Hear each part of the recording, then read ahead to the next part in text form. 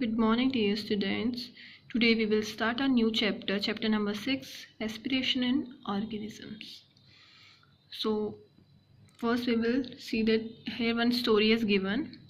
One day Bujo was eagerly waiting to meet his grandparents who were coming to the town after a year. He was in real hurry as he wanted to receive them at the bus stop.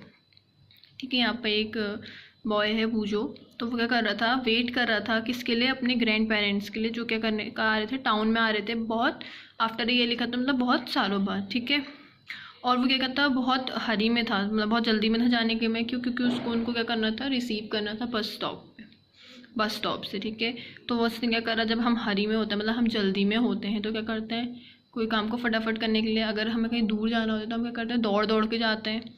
तो वो भी क्या करा, उसने क्या करा, he run fast and reach the bus stop in a few minutes. तो दौड़ दौड़ के गया तो वहाँ क्या करा, जल्दी पहुँच गया। ठीक है, इसका मतलब बस स्टॉप उसके ज़्यादा दूर नहीं, मतलब पास ही में होगा, क्योंकि फ्यू मिनट्स लिखा।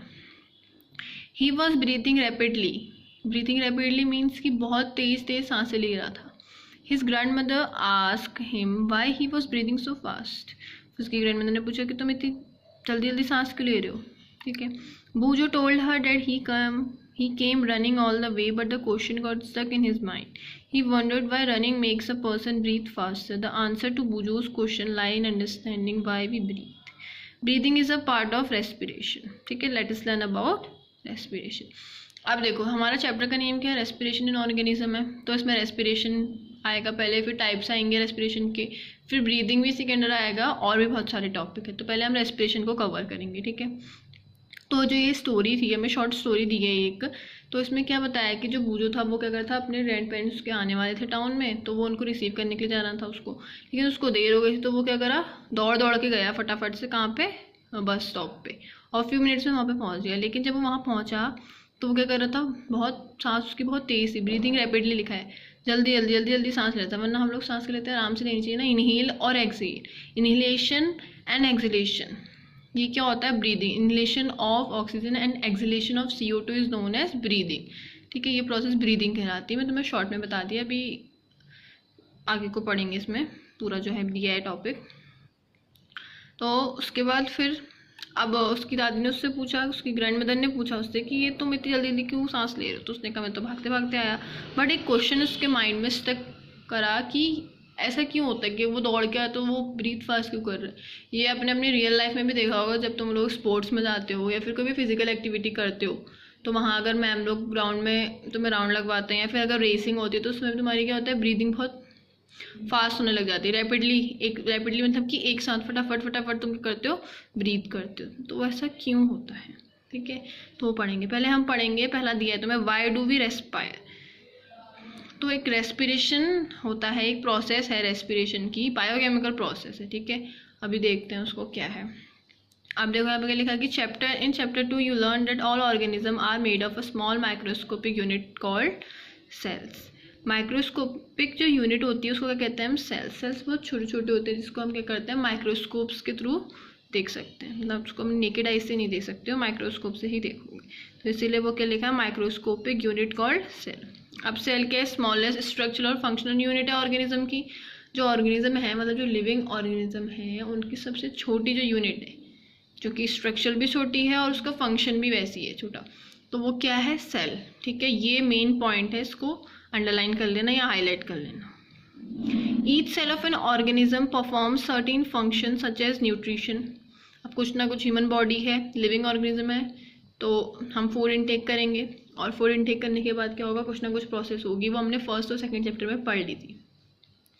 फर्स्ट चैप्टर था न्यूट्रिशन इन प्लांट्स और सेकंड था न्यूट्रिशन इन एनिमल्स, तो उसमें हमने पढ़ा था। तो देखो क्या क्या है, पहले nutrition, transport, excretion and reproduction. ये प्रोसेस है जो किसमें होगी, लिविंग ऑर्गेनिज्म में, चाहे ह्यूमन बींग्स हो चाहे एनिमल्स हो, क्योंकि एनिमल्स भी क्या है, लिविंग ऑर्गेनिज्म है। नेक्स्ट क्या लिखा है, to perform this function the cell needs energy. अब इन सब चीज़ को करने के लिए, हमें कुछ भी वर्क करने के लिए क्या चाहिए होती है, एनर्जी चाहिए होती है। तो ऑब्वियस सी बात है कि जो सेल होंगे उनको भी एनर्जी चाहिए होगी। अब एनर्जी कैसे आएगी, जब हम फूड इनटेक करेंगे। अब क्या होता है कि जब हम फूड लेते हैं, जैसे हमने ब्रेकफास्ट करा, ठीक है, तो तुम पूरा दिन ब्रेकफास्ट करे ही रह लेते हो, कुछ लोग रह लेते हैं, वो अलग बात है, बट जो एक नॉर्मल ह्यूमन बीइंग होगा वो नहीं रह सकता, तो उसको ब्रेकफास्ट भी चाहिए, लंच भी चाहिए और डिनर भी चाहिए। ठीक है। तो ब्रेकफास्ट कर लिया हमने, उसके बाद थोड़ी देर बाद हमें फिर भूख लग जाती है, तो हमारा लंच करने का टाइम होता है। मतलब हर एक इंटरवल के टाइम पे हमें क्या होता है, भूख लग जाती है। तो वो क्यों होता है? अब जैसे जैसे देखो क्या लिखा था कि जो सेल्स हैं उन्हें क्या चाहिए होगी, to perform this function the cells need energy. Breakfast करा तुमने, वो ब्रेक डाउन हुआ, ठीक है, स्मॉलर पार्टिकल्स में, वो ब्लड ने क्या करा, एब्जॉर्व कर लिया, और उसके बाद उसने एनर्जी रिलीज करी। तो तुमने कुछ काम किया, वो करा, तो वो एनर्जी वहाँ यूज़ हो गई। नेक्स्ट फिर तुमने लंच किया, फिर वही प्रोसेस दोबारा से हुई, ब्रेक डाउन हुआ फूड का, ब्लड ने एब्जॉर्व करा, और उसके बाद फिर से तुमने कुछ काम करा, तो एनर्जी वहाँ यूज़ हो गई। तो इसलिए हर छोटे छोटे इंटरवल के बाद हमें क्या चाहिए होता है, फूड, इसलिए वी फील हंग्री, ठीक है। अब जो ये सब एनर्जी चाहिए और जो ब्रेक डाउन हो रहा है, ये सब किस में आता है, ये आता है हमारी रेस्पिरेशन में, जो हमारा चैप्टर का नेम है, क्या है चैप्टर का नेम, रेस्पिरेशन। तो ये सब चीज़ें आती हैं रेस्पिरेशन में। तो रेस्पिरेशन में ओरली बता दे रही हूँ कि रेस्पिरेशन की प्रोसेस क्या होती है, उसको मैं रिटन फॉर्म में भेजूंगी PDF में, उसको अपनी स्कूल्स की नोटबुक में नोट डाउन करोगे, ठीक है। तो देखो, रेस्पिरेशन एक बायोकेमिकल प्रोसेस है, जिसमें क्या होगा, फूड क्या होगा, स्मॉल पार्टिकल्स में ब्रेक डाउन होगा, और क्या होगा, स्मॉल पार्टिकल्स भी कह सकते हैं, या फिर ग्लूकोज कह सकते हैं, मेन ग्लूकोज के फॉर्म में होगा, क्योंकि ग्लूकोज क्या है, एक एनर्जी मिलेगी ना ग्लूकोज लेके। तो ग्लूकोज में वैसा नहीं लेना है जो वैसे तुम लेते हो जब तुम्हें डिहाइड्रेशन हो जाती है, फिर तुम ग्लूकोज लेते हो, वाला नहीं। तो जो रेस्पिरेशन है वो बायोकेमिकल प्रोसेस है, और जो भी हमने फूड इनटेक किया है वो क्या होगा, ब्रेक डाउन होगा, और ब्रेक डाउन होकर किस फॉर्म में आएगा, ग्लूकोज के फॉर्म में। और वो ग्लूकोज क्या होगा, ब्लड में, या फिर जो भी हमारे ब्लड वेसल्स हैं उसमें क्या होगा, मिक्सअप होगा। मिक्सअप होने के बाद क्या होगा, और मिक्सअप होगा किसकी प्रेजेंस में, ऑक्सीजन की प्रेजेंस में, क्योंकि हमारी बॉडी में मेन जो गैस होगी वो क्या है, हम क्या इनहेल करते हैं, ऑक्सीजन इनहेल करते हैं। तो ये सब जो प्रोसेस होगी वो किसकी प्रेजेंस में होगी, सॉरी, जो ये सब प्रोसेस होगी वो किसकी प्रेजेंस में होगी, ऑक्सीजन की प्रोसेस में। और जब ये प्रोसेस होगी तो इसके बाद हमें क्या होगा, एनर्जी रिलीज होगी, और उस एनर्जी को हम अपने वर्क करने में या फिर हम जो भी फिजिकल एक्टिविटी कर रहे हैं उसमें यूज़ करेंगे, ठीक है।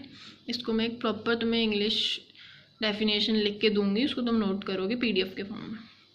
मैं तुम्हें ऐसे एक्सप्लेन कर दिया है अभी कि रेस्पिरेशन एक बायोकेमिकल प्रोसेस है, जिसमें जो भी हमने फूड इनटेक करा है वो ब्रेक डाउन होगा ग्लूकोज के फॉर्म में, और किसकी प्रेजेंस में, ऑक्सीजन की प्रेजेंस में। और उसके बाद वो क्या करेगा, एनर्जी रिलीज करेगा, और वो एनर्जी हमें किस में हेल्प करेगी, कोई भी फिजिकल एक्टिविटी, कोई भी हम वर्क कर रहे हैं, कोई एक्सरसाइज कर रहे हैं, उसमें हेल्प करेगी, ठीक है।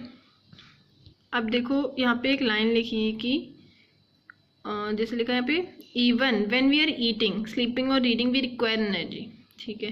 जब हम ईट करते हैं तो हमें एनर्जी चाहिए, अगर तुम्हें एनर्जी नहीं होगी तो तुम ईटिंग कैसे करोगे, स्लीपिंग भी नहीं होगी, रीडिंग भी नहीं कर पाओगे, बिल्कुल लेथार्जिक हो जाओगे, बिल्कुल लेजी हो जाओगे, तो बिल्कुल कुछ करने का मन नहीं करेगा। तो सब कुछ भी काम हम कर रहे हैं तो हमें सबके लिए एनर्जी चाहिए, और एनर्जी हमें तभी मिलेगी जब हम अच्छा फूड इनटेक करेंगे।